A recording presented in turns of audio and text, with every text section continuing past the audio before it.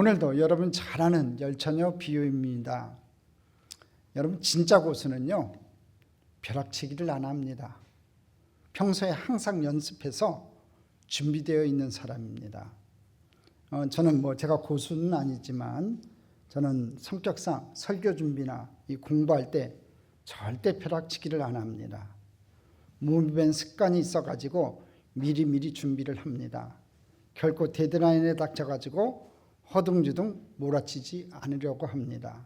공부도 그렇고 설교 준비도 그런 것 같아요. 성격 따라 그런 것 같아요. 그래서 느긋하게 천천히 준비하지를 못해요. 미리미리 준비를 해놓습니다. 자, 오늘 우리가 다루고자 하는 열처녀 비유의 핵심 포인트가 바로 이 준비입니다. 먼저 우리가 이 설교를 들어가기 전에 알아둬야 될 것은요, 예수님 당시의 결혼식 문화입니다. 요즘 결혼식은 토요일이나 일요일 날 한 2시간 정도 하고 끝나고 맙니다. 그런데 우리 때와는 달리 이 예수님 당시 이스라엘의 결혼식은요 일주일 정도 가는 축제입니다. 결혼식은 대낮이 아니라 보통 저녁이나 한밤중에 거행되었습니다. 우리는 아침 해 뜨면 그걸 하루로 시작하는데요, 이스라엘 사람들은요 해가 질 때가 하루가 시작입니다. 그러니까 우리하고 다르지요. 그래서 다음날 해 질 때가 하루가 마무리되는 겁니다. 신랑은 자기 친구들과 어울려서 오랜 시간을 즐겨요. 일주일 내내 잔치이기 때문에 이 가나 혼인잔치처럼 가난한 집은요 술이 다 떨어져 버리기도 한다는 거예요. 한밤중이 되어서 신랑이 신부 집으로 오는데 신부는 자기 친구 들러리들과 함께 언제 올지 모르는 신랑을 기다립니다. 마침내 신랑이 도착하게 되면 신부는요 자기 친구인 들러리들과 함께 모두 순백색의 옷을 입고 손에 신랑 행렬을 비출 등불을 들고 영접하러 나갑니다. 자, 이제 등불 하면 우리들이 생각할 때 이렇게 등을, 성화들을 보면 등을 가지고 간 이 열처녀의 모습이 나오는데요, 자세히 보면요 이 등이 아니에요. 이 등은요 여러분 횃불이라고 봐야 됩니다. 이 들러리들이 등불을 준비해야 되는 것은 필수예요. 만약 이걸 준비하지 않고 결혼 행렬에 참가하는 들러리들은요 불순한 의도가 있는 자로 취급되어서 쫓겨나기 일쑤였습니다. 그렇게 해서 신부가 도착하고 신랑이 도착하면요 신부 들러리들이 신랑을 신부 집으로 인도해드리고 그 다음에 문은 닫혀 출입이 금지됩니다. 왜냐하면 그 당시 결혼식장을 노리던 강도들이 많았기 때문에 출입을 금지시켰습니다. 이러한 그 당시 결혼 문화를 알고 열처녀 비유를 살펴보면요 조금 더 쉽게 우리 본문이 이해되기 쉬울 겁니다. 자, 오늘 이 본문을 통해서 우리가 참된 영적 교훈을 얻는 귀한 시간 되기를 바랍니다. 자, 첫 번째 열처녀와 기름 이해를 좀 해야 됩니다. 여기서 신랑은요 예수 그리스도를 가리킵니다. 신랑이 누구라고요? 예수 그리스도. 그러니까 신부와 이 들러리 열처녀들은요 예수님을 믿는 성도들을 상징하는 겁니다. 어떤 분들은 열처녀가 왜 열처녀냐 그러면서 이 10이라는 숫자의 수수께끼를 풀려고 하는데 그런 수수께끼 풀 필요 없습니다. 10은요 보통 성경에서 전체나 완전을 상징하는 숫자입니다. 그래서 열처녀라 함은 주님 다시 오실 때를 기다리는 모든 세대와 열방 모든 성도들을 가리키는 거예요. 그러니까 우리 모든 세대, 모든 열방, 모든 성도들을 가리키는 그 숫자를 상징하는 게 열이라는 겁니다. 자, 본절에서 중요한 것은 이 열이라는 숫자가 아니고 신랑이 오셨을 때 처녀들이 둘로 양분되었다는 사실이에요. 슬기로운 처녀와 미련한 처녀. 슬기로운 처녀 5은 진실로 진짜 신앙을 가진 자들이었고 미련한 처녀 5은 껍데기는 있지만 실은 알맹이가 없는 가짜 신앙을 가진 자들이었습니다. 미련하다는 말 자체가 별 생각 없이 생활하는 상태를 말하고 슬기롭다는 말은요 준비가 되어 있다는 뜻입니다. 진짜와 가짜가 섞였는데 언제 드러났느냐? 주님 다시 오실 때 확연하게 드러난다는 겁니다. 그런데 한번 5절을 보세요. 마태복음 25장 5절을 한번 읽어보겠습니다. 신랑이 더디움으로 다 졸며 잘세. 자, 오늘 성경에 보니까 신랑이 더디움으로 다 졸며 잤다고 합니다. 슬기로운 처녀나 미련한 처녀나 다 졸며 잠들었어요. 10명이 다 잤다는 거지요. 그러므로 잔 것 가지고는 문제가 되지를 않습니다. 중요한 것은 준비가 된 채로 잤느냐 아니냐의 문제지요. 여러분 시험 때가 돼가지고 공부를 해놓고 자는 거야 뭐가 문제가 되겠습니까? 근데 공부도 안 하면서 잠도 많다? 이것은 좀 문제가 되는 겁니다. 여러분 슬기로운 처녀와 미련한 처녀의 구분은요 졸며 잔 게 아니라 과연 기름을 준비하고 있었느냐 아니냐 그 차이라는 거지요. 여기서 중요한 포인트 하나가 있는데요.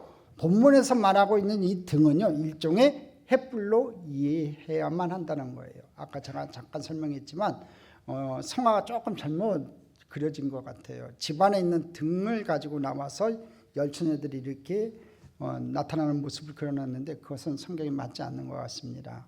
집안에서 사용하고 있는 그 당시 작은 등은요 바람에 의해서 외부로 들고 다니는 결혼식 행사에는 부적절합니다.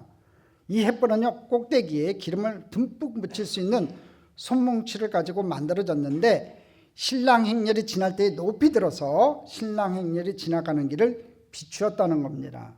불꽃이 밝게 타오르면요 곧 기름이 고갈되겠지요. 그래서 계속 횃불이 타오르도록 하기 위해서는요 손문치에 보통 한 15분 간격으로 기름을 계속해서 공급해 주는 것이 필수였다고 합니다. 그런 맥락에서 3절에서 미련한 처녀들이 등은 가졌지만 기름은 가지지 않았다는 말이 무슨 말일까요? 마태복음 25장 3절 한번 읽어보겠습니다. 미련한 자들은 등을 가지되 기름을 가지지 아니하고. 자, 등을 가졌는데 기름을 가지지 않았다. 이 뜻이 뭐냐 이거죠. 성도로서 신앙의 겉모습은 있는데 그 안에 내용이 없었다는 거예요. 선물의 포장지는 그럴듯한데 뜯어보니까 속이 형편없었다는 거지요. 경건의 모양은 있으나 경건의 능력은 없는 껍데기 신앙이라는 뜻입니다. 이 껍데기 신앙의 겉모습은 무엇일까요, 여러분? 첫째, 눈에 보이는 종교 행위들을 잘하고 있는 신앙인들의 겉모습이라는 겁니다. 주일날 교회 출석 잘하고 헌금도 잘하고 찬양도 곧잘 따라 부르고 밥 먹기 전에 꼭 식사 기도도 하고 교회 봉사도 기본적으로 하고 그러고 있으니까 자기도 좋은 크리스천이라고 착각을 합니다. 여러분 예배 참석과 교회 봉사 헌금 이게 나쁘다는 게 아니에요. 너무나 귀한 일인데 이것 자체만 가지고는 아니라는 거지요. 또한 껍데기 신앙의 겉모습은 뭘까요? 두 번째 직분을 말합니다. 집사 직분, 장로 직분, 권사 직분, 전도사, 목사님의 직분 귀하지요. 직분 자체를 가지고 여러분 영적인 실력을 말해준다고 착각해서는 안 된다는 거예요. 야, 저 사람 장로래 하면서 뭐가 대단한 영적인 실력자일 거라고 기대할 수 있는데 직분이 중요하지 않다는 게 아니라 그에 걸맞는 영적인 실력이 있느냐가 문제라는 거지요. 국가대표 유니폼은 우리 중 누구라도 다 입을 수 있어요. 근데 유니폼을 입고 그에 걸맞는 국가대표의 실력을 보여주는 건 그건 완전히 또 다른 문제라는 겁니다. 내용이 있는 사람에게 직분이 주어져야 하는데 직분이 있다고 해서 내용이 있을 거라고 착각해서는 안 된다는 거예요. 특히 본인이 착각하면 안 됩니다. 본인이 착각하면 안 되는 거예요. 우리는 겉모습과는 실력이 항상 같이 간다고 착각해서는 안 된다는 거지요.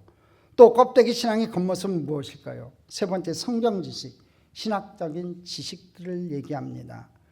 여러분 예수님 당시 바리새인들과 서기관들 대단했습니다. 어릴 때부터요 토라 모세오경을 공부하면서요 거의 토시 하나 안 틀리고요. 우리는 찾기도 힘든 이 모세오경을 거의 다 외우고 있었던 사람들입니다. 잘잘잘잘 외운 사람들입니다. 성경 말씀 몇 줄 쫙 외우고 있는 분들 보면요 경탄스럽지 않습니까? 이번 단예기도 때 목사님 한 분이 이제 성경 암송을 시킨다고 하면서 이제 얘기를 하는데 야 대단하더라고요. 뭐 청구절을 외우면은 그 교회는 영국 뭐 유럽 뭐 여행을 보낸다고 하는데 우리 딸들한테 그 얘기를 했어요. 성경 청구절 외우면 나도 그렇게 할게. 그랬더니 우리 지연이 지영이가 아멘 그러더라고요. 속으로 그랬죠. 청구절을 외기는. 어렸을 때 윤서와 상준이는 가능해요. 제가 봤을 때 어렸을 때부터 외우게 하는 건 가능하지만요 머리가 굳은 다음에 여러분 청구절 외우는 거 쉽지 않습니다. 근데 그 목사님이 성경 본문을 자자자자자자자자자로 외우는데요 입이 쫙 벌어지더라고요. 야, 대단하구나. 진짜 그냥 몸에 붙어서 사는 분이에요. 야, 저분 대단한 것 같다 이렇게 생각을 하지요. 그런데 그 바리새인과 서기관들이 정작 하나님의 아들 예수님을 알아보지 못했다는 거예요. 예수님의 설교를 이해하지도 못했습니다. 그 기적에 담긴 영적인 의미를 캐치하지 못했다는 거지요. 죽은 자를 살리고 앉은 뱅이를 일으키고 눈먼 자를 눈뜨게 하는 그 하나님의 아들을 나타내는 그 기사와 이적, 내가 하나님의 아들이라고 얘기해도요 못 알아들어요. 오히려 주님을 핍박하고 나중에는 십자가에 못 박으려고 몰아갔어요. 그렇다면 그들의 그 많은 성경 지식, 신학적인 지식은 어떤 의미가 있냐 이거지요. 아무 쓸데기 없는 겁니다. 오늘날도 보면 성경 공부 많이 하신 성도님들 많아요. 신학교 다니신 분들도 있습니다. 그게 나쁘다는 얘기가 아니에요. 그럼 겸손해야 되는데 뭔가 아는 척만 하지 실질적인 알곡으로 성숙이 이루어지지 않는 부분들이 나타난다는 거지요. 신앙의 겉모습이 있지만 그렇다고 해서 여러분이 영적인 실력이 있다고 꼭 볼 수 있는 건 아니라는 거지요. 여러분의 삶에서 예수의 형제가 나냐 이거예요. 인품에서 성령의 열매가 드러나냐 이거지요. 여러분과 같이 직장생활한 사람이 여러분을 인해서 교회에 나오게 되었냐 이거지요. 여러분의 기도에 진실함이 있냐 이겁니다. 사람들을 향해서 선한 영향력을 가지고 있냐 이거예요. 얼마나 많은 믿음의 사람들이 여러분을 인해서 양육되고 있냐 이거지요. 우리가 신앙의 겉모습이 있다고 해서 내용이 있다고 착각하면 안 되는 겁니다. 오늘 저와 여러분이 내실 있는 성숙한 신앙인이 되기를 주님의 이름으로 축원합니다. 자, 두 번째, 영적인 능력인 기름을 준비하자는 제목으로 잠깐 말씀의 은혜를 나눕니다. 다시 말씀드리지만 등은요 성도들의 신앙의 겉모습이고 기름, 즉 등 안에 있는 내용이 진짜 영적인 실력이라는 거지요. 등이 뭐 금으로 만들었든지 은으로 만들었지 그건 중요하지 않아요. 그 안에 있는 기름이 진짜 영적인 실력이라는 거예요. 저는 이 영적인 실력을 세 가지로 봅니다. 첫째, 예수 그리스도의 십자가의 복음을 제대로 깨닫고 믿고 있느냐 이거예요.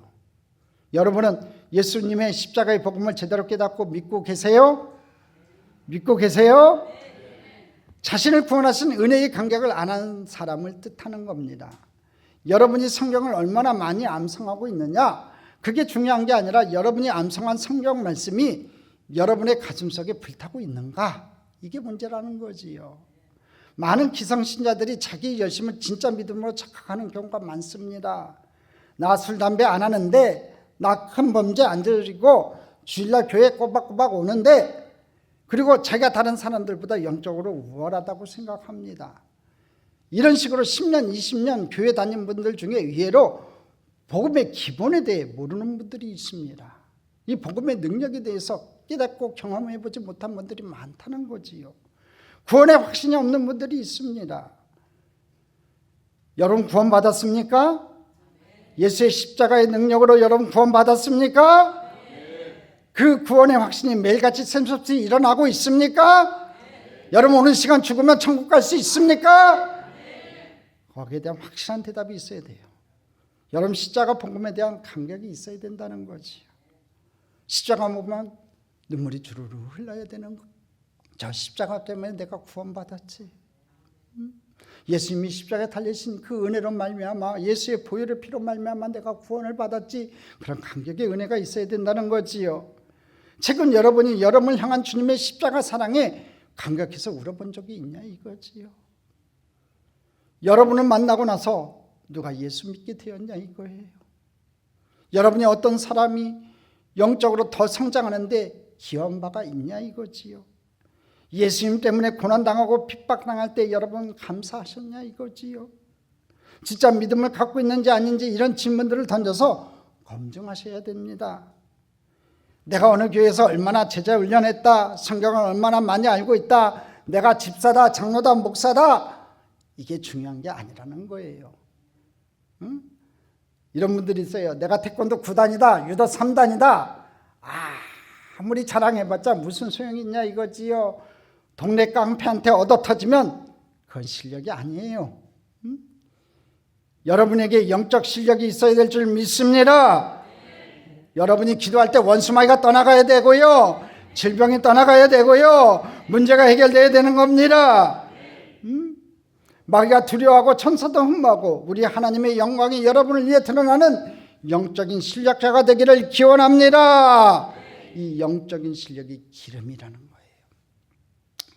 같은 맥락에서 이 기름, 영적인 실력이란 두 번째, 성령의 감동입니다. 여러분, 성령의 기름 부으심으로 충만하냐 아니냐, 이게 중요하다는 거지요. 성령의 충만함이 있어야 합니다. 우리의 모든 전도와 선교와 사역들은요, 성령의 기름 부으심이 없이는 절대 수행 불가능하다는 거지요. 이 성령의 기름 부으심은 어떻게 여러분 받게 되냐 이거지요. 내가 쟁취하는 게 아니라 하나님이 부어주시는 거예요. 누구에게 부어주느냐? 십자가 보혈의 은혜를 아는 자에게 부어주신다는 겁니다. 그 십자가 앞에 날마다 회개하고 깨어지고 부서진 자, 항상 하나님의 은혜 없이는 살 수 없다고 갈구하는 자에게 부어주시는 줄 믿습니다. 그걸 누가 당할 수 있겠냐 이거지요. 오늘 저와 여러분이 성령의 충만함을 받는 귀한 능력자가 되기를 주님의 이름으로 축원합니다. 세 번째, 이 기름은요, 주님과의 첫사랑을 말합니다. 기름이 없었다는 건요, 첫사랑을 잃어버렸다는 뜻이에요. 이미 말씀드렸듯이 그 당시 등이 햇불이었다고 제가 말씀을 드렸잖아요. 이 기름은 15분 간격으로 계속 공급해야만 했어요. 미련한 사람들이 기름이 없었다는 건요, 엄밀하게 말해서 기름이 있었는데 떨어졌다는 뜻이에요. 첫사랑을 잃어버렸다는 겁니다. 미련한 처녀들도 처음에는 기름이 있었어요. 처음에는 예수님을 잘 믿었던 것 같습니다. 근데 세월이 가면서 차츰 믿음이 차갑게 식어버린 상태를 뜻하는 거예요. 우리 그러지 않아요? 처음에는 예수님 잘 믿고 뜨거웠는데 세월이 흘러가면서 신앙이 식어가는 사람들이 있어요. 식어가는 걸 떠나서 굿바이 예수님하고서 세상으로 달려가는 분들도 있어요.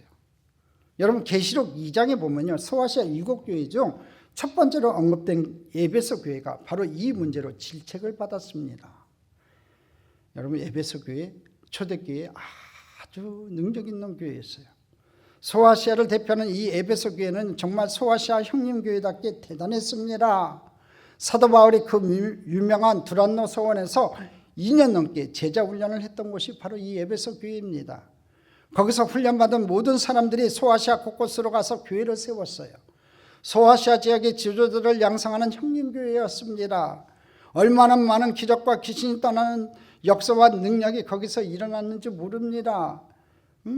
로마의 핍박을 견뎌내고 이단들의 공격과 맞서 싸운 그런 담대한 교회였는데 10년, 20년 세월이 흐르면서 요한계시록을 받을 그 당시쯤에는 이미 차갑게 식어버렸다는 거지요. 딱딱한 교리주의만 남아버렸습니다. 영성이 떠난 지도자들은 그때부터 불안하니까 자꾸 인간적인 힘을 휘두릅니다. 그러니까 사역 현장에서 갈등이 일어나고 분열과 오해가 생깁니다. 하나님께서는 이 에베소 교회에게 첫사랑을 회복하라고 하셨어요. 그렇지 않으면 촛대를 옮길 거라고 했습니다. 여러분, 촛대를 옮긴다는 게 무슨 뜻이에요? 하나님의 임재를 거둬가겠다는 거예요. 영광을 거둬가겠다는 뜻입니다. 그러면 끝이에요. 끝이라고요, 여러분. 아무리 직분 있고 폼을 잡아도 하나님의 인재와 영광을 거둬버린 사람은요, 소망이 없는 겁니다. 기도의 응답이 없고 예배의 은혜가 없고 영적인 파워가 사라지는 겁니다. 에베소 교회는 그렇게 역사의 뒤안길로 접어들고 말았습니다. 사랑하는 우리 성도 여러분, 첫사랑을 회복하기를 간절히 기원합니다. 세 번째, 깨어서 준비해야 됩니다. 본문에서 우리 신랑이 왜 더디 오게 되었는지 알 수 없어요. 그건 설명해 놓지 않아요. 더디 와서 열처녀가 잠을 잤다고 했는데 왜 더디 왔는지 그건 설명이 없어요. 그러나 더디 왔기 때문에 슬기로운 처녀와 미련한 처녀 사이가 구분이 나버렸지요. 진짜 신앙과 가짜 신앙이 시간이 지나니까 드러나게 됐다는 겁니다. 저는 교회 안에서 진짜 영적인 실력은요, 시간이 지나봐야 안다고 믿어요. 처음에는 아주 열심히고 신실했던 사람들도요, 조금만 시간이 흐르면요, 나태해지고 교만해지고 그 자리를 떠나는 사람들이 있어요. 시간이 지나면요, 아브라함과 같이 우직한 사람만 남고요, 롯과 같이 세상적으로 요력 있는 사람들은 다 떠나버리는 거예요. 진짜 믿음은요, 시간이 걸려서 검증된다는 겁니다. 그래서 신랑이 늦게 오시는 거예요. 빨리 오면은 구분이 안 되는 거거든요. 늦게 와야지 저 사람이 진짜 신앙인인가, 준비된 신앙인인가, 아니면 준비되지 않은 신앙인가를 알 수 있다는 겁니다. 이 시간이 흐르면서 고난과 역경을 얼마나 견딜 수 있는지, 시간이 흐르면서 그 유혹과 시험을 얼마나 이겨낼 수 있는지를 주님이 보시는 거예요. 미련한 5 처녀들과는 달리 슬기로운 처녀들은요, 신랑이 늦을지도 모른다고 생각하고 여분의 기름을 준비했어요. 여러분, 요셉이 풍년의 때에 자만하지 않고 흉년을 준비했듯이 성도는 풍년의 때에 자만하지 말아야 합니다. 풍년의 때 흉년을 이겨낼 수 있는 은혜를 축적해야 되는 거예요. 하나님과 교제하며 성령이 충만한 상태를 생명 있는 신앙을 유지하기 위해서 은혜의 때에 영적인 내공을 아주 확실하게 쌓아야 합니다. 그래야 앞으로 닥쳐올 흉년을 이겨낼 수가 있다는 거지요. 영적인 실력인 이 기름을 우리가 또 유지해야 됩니다. 이 기름은 그냥 유지되는 게 아니에요, 여러분. 기도해야 합니다. 말씀 앞에 뜨거워져야 합니다. 성령의 사람들끼리 계속 교제해야 됩니다. 우리는 주님 앞에서 날마다 새로워져야 되는 거예요. 마음으로부터 주님을 뜨겁게 사랑하는 영적인 실력이 있어야 됩니다. 미련한 처녀들은요, 신랑이 도청했다는 소식을 듣고 나서야 자기 등에 기름이 없다는 것을 깨달았어요. 우리 주님의 임재 앞에 서면요, 우리가 영적으로 형편없다는 것을 그때 알게 된다는 거지요. 그때는 늦은 거예요, 여러분. 사람들 앞에서는 믿음이 있다고 품을 잡았는데, 나 장로요, 나 목사요 하고서 이렇게 품을 잡았는데, 예수님의 영광의 임재 앞에 딱 서면요, 본전이 드러나게 되어 있는 거예요. 그때서야 어떻게 할 수 있냐 이거지요. 슬기로운 5 처녀한테 기름 좀 나눠달라고 막 비는 거지요. 좀 빌려줘 하는 거지요. 근데 슬기로운 처녀들이 이를 거절해요. 딱 거절합니다. 야, 참 임신도 야박하네. 이러지 마세요. 그 당시 올리브 기름이 엄청 비쌉니다. 귀하단 말입니다. 그래서 각자는요, 각자의 기름을 준비할 수밖에 없는 거예요. 이것은 우리에게 무엇을 가르쳐줘요, 여러분? 영성은 결코 남의 것 빌려 쓸 수 없다는 거예요. 구원도 마찬가지예요. 남 믿음 갖고 구원받는 거 아닙니다. 다른 사람 등에 업혀갈 수 없어요. 어떤 분들을 보면 자기들은 모태신앙이다, 자기 아버님이 장로님이다, 이런 걸 말하는 분들이 있는데요, 이런 말씀이 있어요. 하나님께서는 자녀만 있지 손주는 없다는 말이 있어요. 유명한 말이에요. 한번 따라합시다. 하나님께는 자녀만 있지 손주는 없다나. 여러분, 하나님께는 자녀만 있는 거예요. 절대 아빠 찬스 쓸 수 없고요, 부모 찬스 쓸 수 없는 게 영적 세계예요. 배우자 찬스도 쓸 수 없습니다.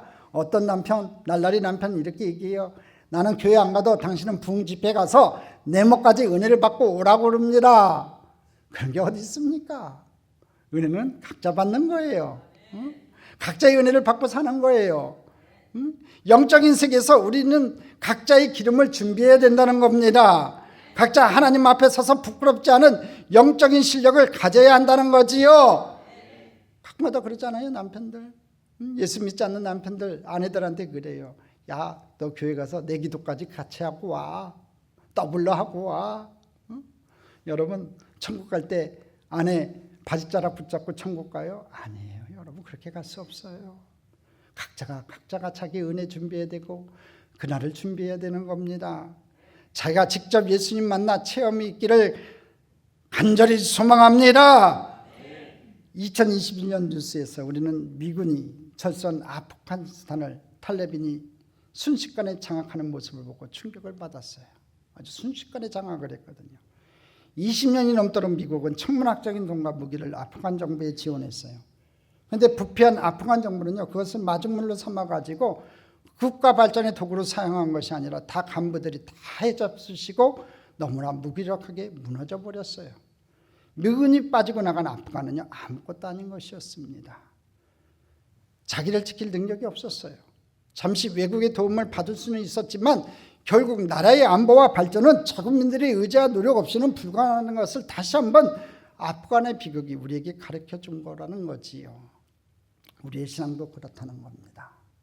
어렵고 힘든 시간에 누구도 도와줄 수는 있겠지만 그 도움을 잠시 디딤돌로 쓸 뿐이지 계속 거기다가 의존해서는 안 된다는 거예요. 영적으로 홀로서기를 못하고 있으면요, 어린아이 같은 믿음이 든다는 거지요. 우리는 오직 주님께 붙어 있으면서 영적인 실력으로 홀로서기를 해야 합니다. 그래야 주님 앞에서 등을 준비한 신부로 칭찬받을 수가 있는 겁니다. 우리 마태복음 25장 10절로 한번 보겠습니다. 같이 읽겠습니다. 그들이 살아간 사이에 신랑이 오므로 준비하였던 자들은 함께 혼인잔치에 들어가고 문은 닫힌지라. 자, 보십시오. 신랑이 갑자기 왔어요. 그러니까 준비했던 자들은 함께 혼인잔치에 들어가고 그 다음 단어가 중요해요. 문은 닫혀버렸어요. 못 들어가는 겁니다. 어린 양의 혼인잔치에 참여할 수 있는 사람들은요, 준비되었던 사람들 뿐이에요. 우리 기름 준비합시다. 신랑이 언제 오실지 모르잖아요. 응? 오늘 이 밤에 올 수도 있어요. 오늘 이 밤에 부를 수도 있어요. 여러분 기름 준비됐나요? 기름 준비되어 있어요? 솔직하게 한번 대답해 보세요. 오늘 이 밤에도 하나님께서 너 와라 했을 때 할렐루야 찬송 부르고 주님 앞에 갈 수 있는 분이 있어요? 할렐루야! 우리 다 그렇게 가야 돼요. 응? 남의 영성을 빌리려고 허둥지둥했던 사람들에게는요, 문은 닫혀버렸어요. 성경은 항상 이 심판의 비정함을 말하고 있어요. 회개와 믿음도 때가 있는 법입니다. 너에게 빛이 있을 동안에 빛을 비치라고 예수님께서 말씀하셨어요. 하나님 말씀하셨어요. 여러분 주변에 복음을 모르는 분들이 있다면 더 늦기 전에 복음을 좀 전하세요. 응? 빛이 있을 동안에 빛을 믿게 해야죠. 때가 있을 때, 살아있을 때 예수님 믿게 해야 되는 겁니다. 응? 많이 남았다고 생각하지 마세요. 그때와 그 시는 하나님밖에 모르는 거예요. 응? 저와 여러분도요, 어차피 다시 한번 인생 사는 거예요. 응? 오늘 이 밤에도 하나님께서 영희야 와라 그러면 제가 싫어요. 참 좋은 게 제가 책임져야 돼요. 지은지 지영이 시집 보내야 돼요. 소용없어요. 하나님 오라 그러면 가는 거예요. 누구나 다 같이 준비하고 있어야 되는 거지요. 그러기 위해서 우리가 깨어서 기름 준비하고 준비 안 된 자들을 향해서 복음을 전할 수 있는 믿음의 사람 됐으면 좋겠습니다. 신랑의 잔치문이 닫히기 전에 그렇게 해야 된다는 거지요. 다시 한번 작정해서 전도하시기 바랍니다. 하나님께서 올해가 가기 전에 놀라운 일을 행하실 줄 믿습니다. 자, 마지막 포인트는 이 내용입니다. 마태복음 25장 13절을 한번 읽겠습니다. 같이 읽겠습니다. 그런즉 깨어있으라. 너희는 그날과 그때를 알지 못하느니라. 깨어있으래요. 깨어있으래. 왜 깨어있어야 되냐? 너희는 그날과 그때를 알지 못하기 때문에 깨어있으라는 겁니다. 하나님께서는 의도적으로 그날과 그때를 알지 못하게 하셨어요. 주님의 오실 날, 우리가 죽을 날 알지 못하게 하셨어요. 그래야 우리가 긴장을 늦추지 않고 영적으로 준비를 하니까 그렇게 하셨다는 거지요. 여러분, 진짜 교만한 사람이 어떤 사람인 줄 아세요? 내 남은 연수가 많이 남았다고 생각하는 사람이에요. 그 영적으로 교만한 사람입니다.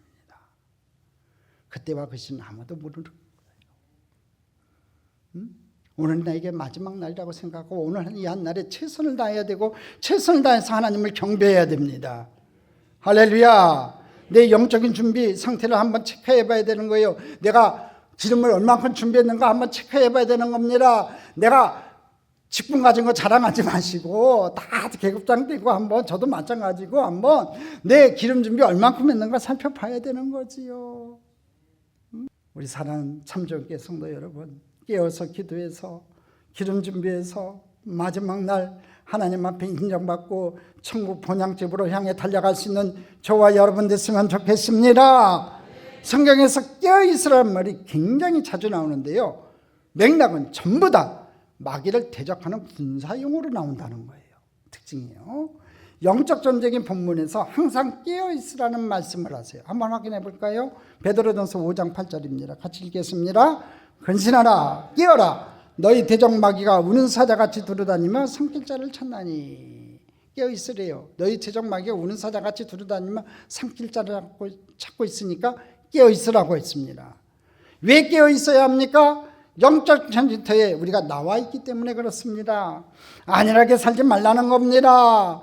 여러분 수업 시간에 졸면요, 선생님한테 꿀밥 한 대 맞고 끝나고 요새 때리면 또 안 되겠지요? 여하튼간에 수업 시간에 졸면 선생님한테 한 번 혼나고 마는데 운동하다가 졸면 여러분 꿀 한 꿀 먹고 끝나지만요, 전쟁터에서 졸면요 죽어요. 그것도 다 죽어요. 자기만 죽나요? 자기를 믿고 있던 모든 동료들까지 같이 죽을 수가 있다는 거지요. 적군의 침입을 경계하는 파수꾼의 긴장감으로 자신의 운명을 포함해서 수많은 사람들의 영적인 운명이 걸린 자의 긴장감으로 깨어있으라는 뜻입니다. 우리가 깨어있기 위해서는 삶을 심플하게 철저하게 자기절제를 해야 됩니다. 병사가 다른 일로 힘 낭비, 시간 낭비하고 있으면요 정작 전투가 벌어졌을 때 제대로 힘을 못 쓰는 거예요. 마귀가 세상을 매력적으로 만들어서 우리가 이 땅의 것들을 사랑하게 만들어요. 이 땅의 것들을 이렇게 사랑하기 시작하면요 저도 모르게 영적인 잠을 자게 되어 있다는 거지요. 여러분, 세상이 살기 좋아졌지요. 취미생활도 굉장히 많아졌습니다. 여러분, 크리스찬도 낚시할 수 있고요, 등산할 수도 있고요, 골프할 수도 있어요. 여러 가지 재밌는 거 할 수도 있습니다. 근데 중요한 게 한 가지가 있어요. 그러나 나 이거 아니면 못 산다고 할 정도까지 가게 되면 위험한 거예요. 가끔가다 한 번씩 하는 거 괜찮아요. 운동도 해야죠. 등산도 가야지요. 여러분 등산 좀 갔으면 좋겠어요. 주일날 빼고 평일날 가세요. 주일날 가지 마시고 평일날 가세요. 그래서 나이가 아니면 못 산다고 할 정도까지 가게 되면 위험한 거예요. 세상 거 낚시도 할 수 있고 등산도 다닐 수 있고 골프도 쳐도 돼요. 건강에 좋은 거니까 취미생활이니까 해도 돼요. 하세요. 대신 주일날만 하지 말라는 얘기고. 근데 더 중요한 것은 나이가 아니면 못 산다고 할 정도까지 가면 안 된다는 거예요. 그때부터 자기 관리가 안 된다는 거지요. 우리의 관심과 헌신을 하나님께 집중하게 하는데 이런 것들이 방해가 되면요 절제해야 돼요. 여러분이 영적으로 자기 관리가 잘 되어 있어야 하나님께서 하나님의 중요한 미션에 여러분을 마음껏 투입할 수 있다는 거지요. 영성은 현재 진행형이에요. 깨어있으라는 말은요 자기의 현재 영적인 컨디션을 책상으로 끌어올려 놓고 있으라는 거예요. 하나님이 여러분을 안 써주신다고 비평만 하지 말고 하나님이 언제든지 여러분을 투입할 수 있는 영적인 실력과 준비를 여러분이 갖추어 있게 되기를 간절히 소망합니다. 근데 영적으로 깨어있으려면요 24시간 주님과 동행해야만 해요. 데살로니가전서 5장 10절을 한번 보겠습니다. 같이 읽겠습니다. 예수께서 우리를 위하여 죽으사 우리로 하여금 깨어있든지 자든지 자기와 함께 살게 하려 하셨느니라. 자, 우리를 위해서 예수님께서 죽으신 이유는 깨어있든지 자든지 자기와 함께 살게 하려 하셨다고 말씀하고 계세요. 주님은 깨어있든지 자든지 여러분과 함께 사시는 분이세요. 믿으세요, 여러분? 24시간 여러분과 함께 동행한다는 걸 의식하고 사는 겁니다. 이게 진짜 신앙인의 모습이라는 거지요. 주일날 교회에 와서 주님 안녕하세요 하고서 예배 끝나면 주님 안녕히 계세요 하고 그 다음 주까지 주님과는 끝으로 사는 인생, 그건 아니라는 거지요. 예배 시간만 주님 만나면 안 되는 거예요. 1년 365, 24시간 주님을 의식하고 살아야 된다는 거지요. 예수님을 이렇게 24시간 의식하지 않으면요 마귀는 항상 우리의 마음과 생각을 공격해요. 연약한 부분을 치고 들어와요. 우리의 마음과 생각을 둔감하게 하는 영적인 마취를 항상 뿌리는 거예요. 그래서 우리는 마음과 생각을 절제해야 돼요. 무엇보다도 깨어있기 위해서는 우리는 쉬지 않고 기도해야 합니다. 항상 기도하는 자가 영적으로 깨어있는 자입니다. 기도해야 할 때 기도하지 않으면요 영적으로 잠들어 버리고, 영적으로 잠든 사람은요 영적 실력이 없어서 결정적인 순간에 다 주님 놓고 도망가 버리게 됩니다. 기도는 당장 해도 티가 안 나니까 항상 가장 쉽게 생략하고 가장 쉽게 미루는 게 기도인데, 당장 눈에 띄지는 않아도 기도의 불이 꺼지면요 영성이 소리 소문 없이 가라앉기 시작하는 거예요. 기도하지 않는 성도의 특징은요 감정적으로 기복이 심해요. 누가 조금만 톡 건들면요 막 짜증을 내고 분노가 폭발합니다. 또 기도하지 않는 성도의 특징은요 생각이 복잡합니다. 그냥 10년 전 20년 전에 누가 한 말도 갑자기 생각이 나서요 막 분노가 일어나고 오해하기 시작합니다. 혹시 자기 자신이 요즘 조금 그런 상태라면요 기도의 불을 다시 지피셔야 합니다. 여러분은 영적으로 깨어 있어야 되는 사람입니다. 그래서 내년 신년 초에 우리 교회 신년 성령 부흥 집회를 하고자 합니다. 그냥 신년 초부터 이제 성령의 불을 확 쬐우려고 해요. 저는 하나님께서 우리 안에 잠든 영성을 불같이 깨워주는 축복의 시간이 되기를 간절히 소망합니다. 우리 등불에 성령의 기름이 메말라 있다면 이 성령의 불이 다시 한번 활활 타오를 수 있도록 주님께서 역사해 주실 줄 믿습니다. 이 성령 부흥 집회 기도하면서 준비할 텐데 여러분이 이번 성령 부흥 집회를 통해서 다시 한번 여러분의 등에 성령의 불이 활활 타오르는 그 은혜가 임하게 되기를 간절히 축복합니다. 축복합니다. 축복합니다.